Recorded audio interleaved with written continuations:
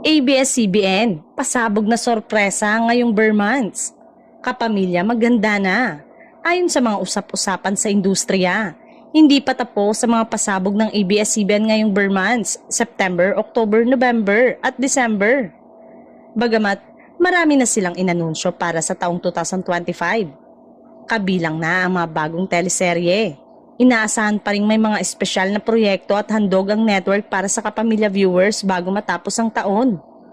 Tradisyonal ng ABS-CBN na magbigay ng Christmas specials at iba pang makabuluhang palabas tuwing papalapit ang Pasko.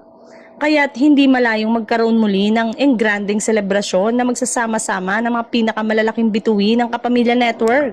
Bukod pa rito, patuloy ding pinag-uusapan ng mga pelikulang nakatakdang ilabas ng ABS-CBN film. Posibleng maging bahagi ito ng line-up ng mga sorpresa ngayong taon. Sa dami ng mga pagbabalik at pagpirma ng mga artistang muling nagbabalik kapamilya, mas lalong tumindi ang excitement ng mga manonood kung sino pa ang susunod na magpapakilig at magpapasaya sa kanila.